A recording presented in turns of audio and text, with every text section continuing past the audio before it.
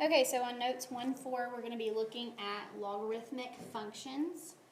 So it says that the inverse of an exponential function is a logarithmic function. Okay, we just went over exponential functions. That's where x is or part of your exponent. Okay, so we looked at linear when we found the inverse function. We just switched x and y and solved for y. When we had quadratic, we did the same thing. Okay, so this is how we find the inverse of an exponential function.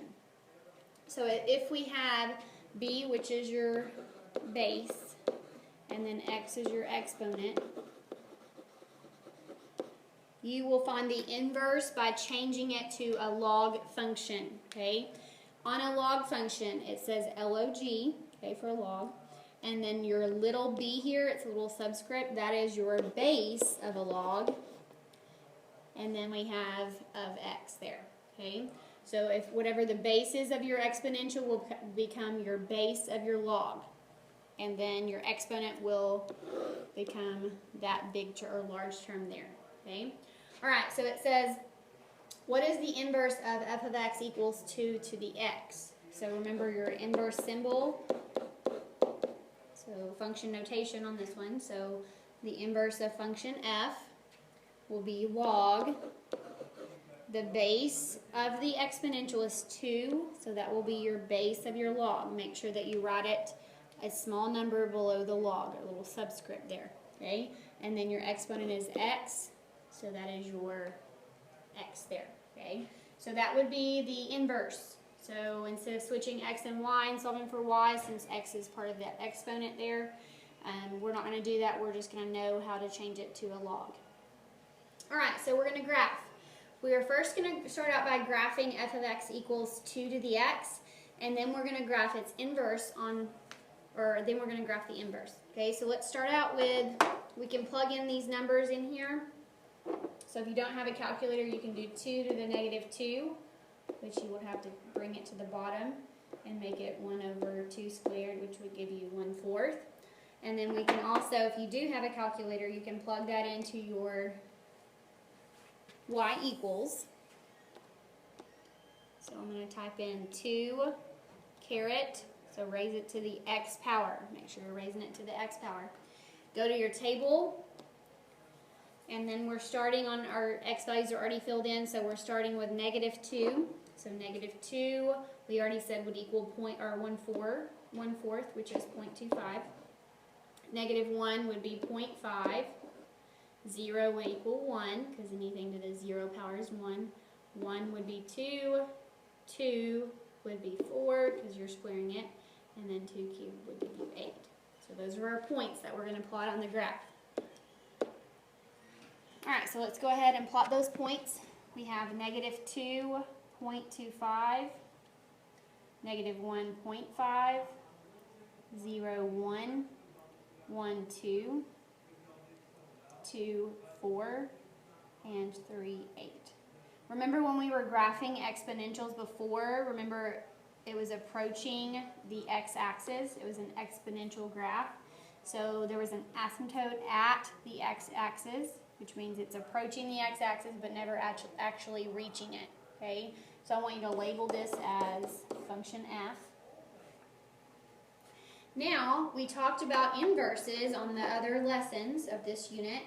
To find the inverse, all you're doing, remember, is you're flipping x and y, because it should be a reflection across the line y equals x.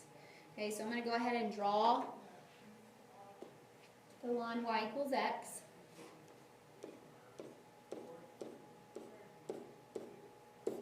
We know the inverse graph should be a reflection across that line. So this is y equals x. Alright, so to find the points of your inverse, which is log base 2 of x, we already found that was our inverse equation. So now all I'm going to do is I'm going to flip my x and y on my original. So 0.25 would be negative 2. 0.5 would be negative 1. 1 would be 0. 2 would be 1. 4 would equal 2. And 8 would equal 3. Now, the reason why we're just flipping them there is because on a log function, you can't plug it in the calculator and thus the base is 10. Notice the base on this log is a 2, so that's why we can't plug it in the calculator. So I'm just flipping those x and y values because that would give me a reflection across the line y equals x. So let's plot those points. 0.25, negative 2. 0.5, negative 1. 1, 0. 2, 1. 4, 2. And 8, 3. Now notice this graph is approaching the y-axis. Make sure you label that as the inverse function. So this one is approaching the y-axis. The other one was approaching the x-axis. Okay, so this is what a log function looks like. We know what an exponential looks like when we were going over exponential growth and decay. So a log function, it's going to be approaching a vertical line instead of a horizontal line like the exponential.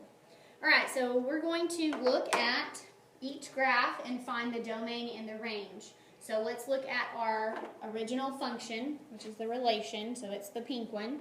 We're going to look at the domain, the x-axis. So here's our x-axis.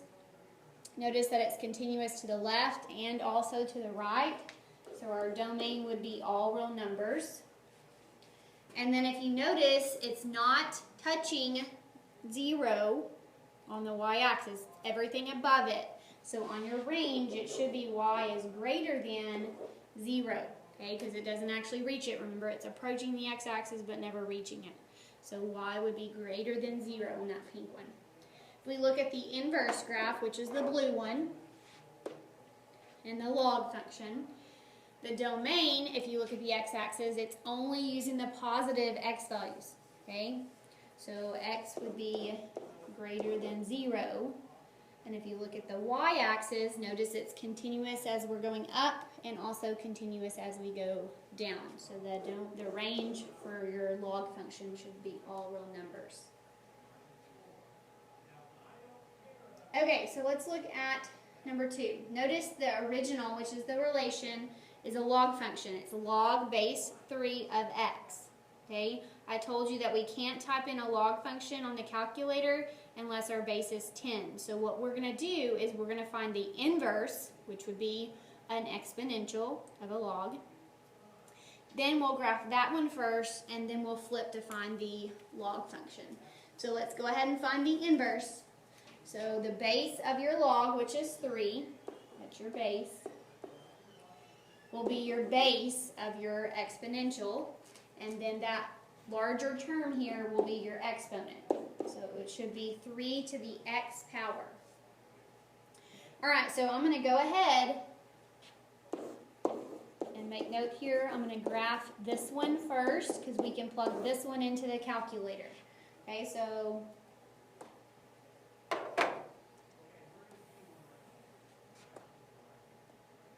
3 to the x power. We'll just start with negative 2.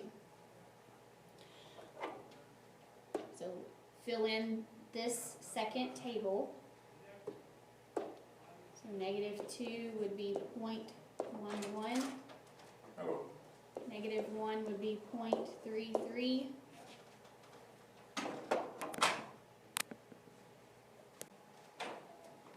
Okay, so let's round to 2 decimal places. So let's look at 0 would be 1, and then 1, 3, and 2, 9. Okay?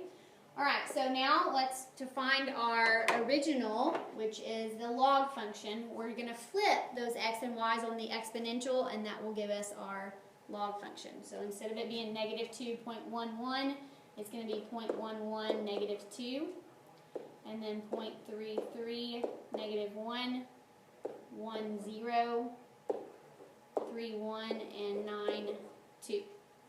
Okay, so we're going to graph our original, which is the log one. So it should be approaching the y-axis on this one. So 0.11 negative 2, 0.33 negative 1, 1, 0, 3, 1, and 9, 2.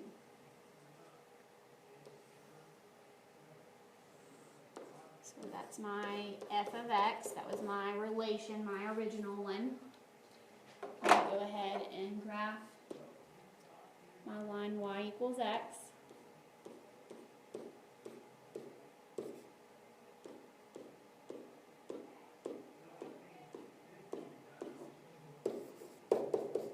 And then graphing my inverse, which was my second one, the exponential, was negative 2.11, negative 1.33, 0, 1, 1, 3, and 2, 9. So this one's approaching the x-axis still, so it's exponential, and label that as the inverse function. Alright, so if you're starting out with a log function, graph the inverse first, so the exponential one, because we can plug that into the calculator, and then you can just flip them to find the original one. Okay, so let's look at the pink one, which is your log one. If you notice the domain here, if you look at the x-axis, it's only including the positive values. Okay, so x would need to be greater than 0 because it's never reaching the 0 on the y-axis there. And then the range, notice it's continuous going down and also going up. So it would be all real for your range. And then looking at the blue one, which is your inverse, and the exponential one, notice your domain is continuous to the left and to the right on the x-axis, so all real. And then your range, it's everything above 0, so y is greater than 0. I don't know if you've noticed anything, but if you look back up at the top on the exponential, which was on the first one, the pink one, all real y is greater than 0. Notice on the exponential we got the same exact thing. So all the exponential ones, you should be getting the same domain and range. And then on your logs, should be x is greater than 0, and then your range is all real. Okay, so let's look at 3. Notice we're starting out with the exponential. We can plug that one into the calculator. Okay, let's go ahead and find the inverse though. So we know it's going to be a log. The base of your exponential is 1/2, so that is your base of your log. Make sure it's a little number, subscript, and then of x. So log base 1/2 of x. Alright, so I'm going to go ahead and graph my exponential one, plug it into y equals. So 1/2 is the whole base, so make sure you need parentheses around 1 divided by 2. We're raising that to the x power. We know what an exponential graph looks like. It should be approaching, on the examples that we've gone over so far, it should be approaching the x-axis. So you could always graph just to check. Okay? Alright, so notice this time it's going the other direction, because remember we went over exponential growth and decay. Notice our base is in between 0 and 1, so it would be a decay, decreasing from left to right. Let's go ahead and go to the table. Let's start with -3, 8, -2, 4, -1, 2, 0, 1, 1.5, and 2.25. Okay? Alright, so I'm going to go ahead and plot those points. -3, +8, -2, 4, -1, 2, 0, 1, 1.5, and 2.25. So notice that it's still approaching the x-axis, but it's decreasing from left to right because that base is in between 0 and 1. So this would be, when we went over exponential growth or decay, it would be a decay, decreasing. Okay, so label it as your function f, your original. I'm going to go ahead and draw my y equals x line.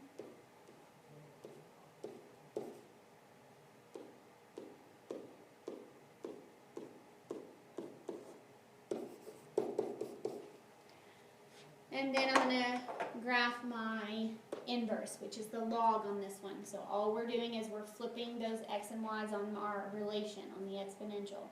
So 8, negative 3, 4, negative 2, 2, negative 1, 1, 0, 0.51, 0.252. So I'm going to graph that. 8, negative 3, 4, negative 2, 2, negative 1, 1, 0, 0.51, 0.252.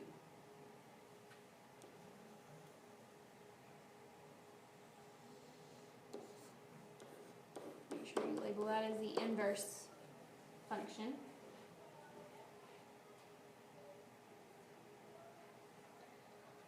Alright, so let's look at our original one, the pink one. Okay, so our domain, notice from left to right it's continuous, so all real. And then it doesn't go above the x-axis, so y has to be greater than 0. Looking at the blue one, your domain, notice it's everything to the right. It doesn't have any negative value, so x is going to be greater than 0. And then your range, it's continuous going up and going down, so all real.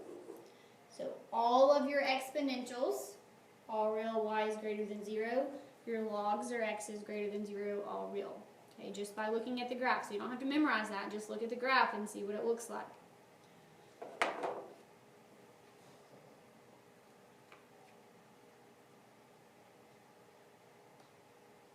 Alright, now let's take a look at 4. So our original function, the relation, is log base 1/3 of x. So we know we can't plug this in the calculator because the base is not 10.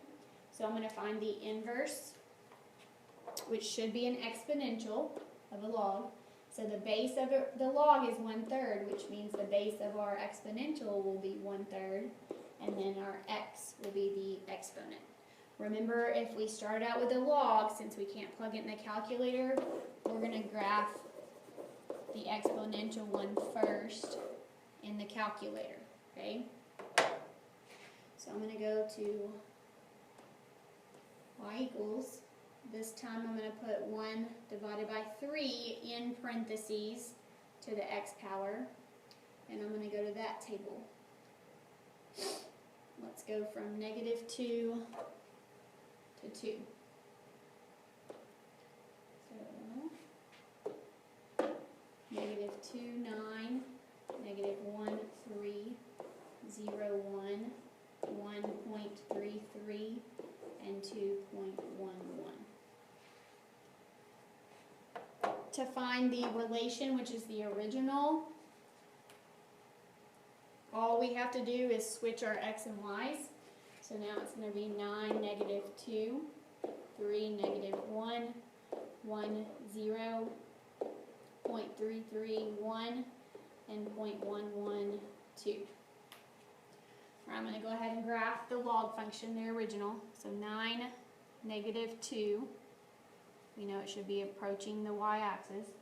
3, negative 1, 1, 0, 0.331,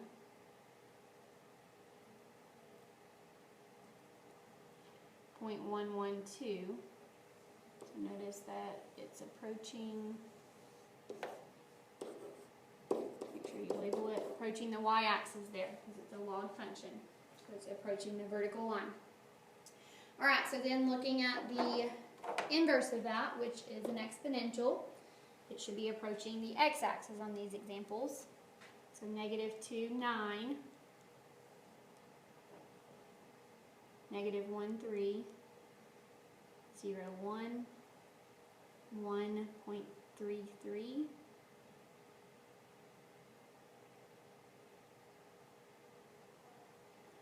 2.11,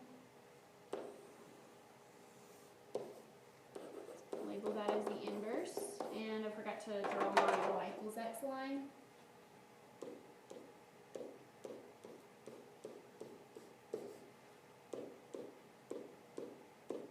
Remember that we talked about whenever they do intersect inverses, they should be intersecting on your line y equals x. And notice they do that on this line and in the previous example. So if they do intersect, they should be intersecting on that y equals x line. Alright, so now I'm looking at the pink one, which is your log. Notice that it's on the x, it's everything to the right. So x is greater than 0. And then it's continuous going up and going down, so all real for your range. And then looking at the blue one, if you look at the x-axis, it's continuous to the right and then also to the left. So it should be all real. And then it's above the y-axis, or x-axis, which means y is greater than 0.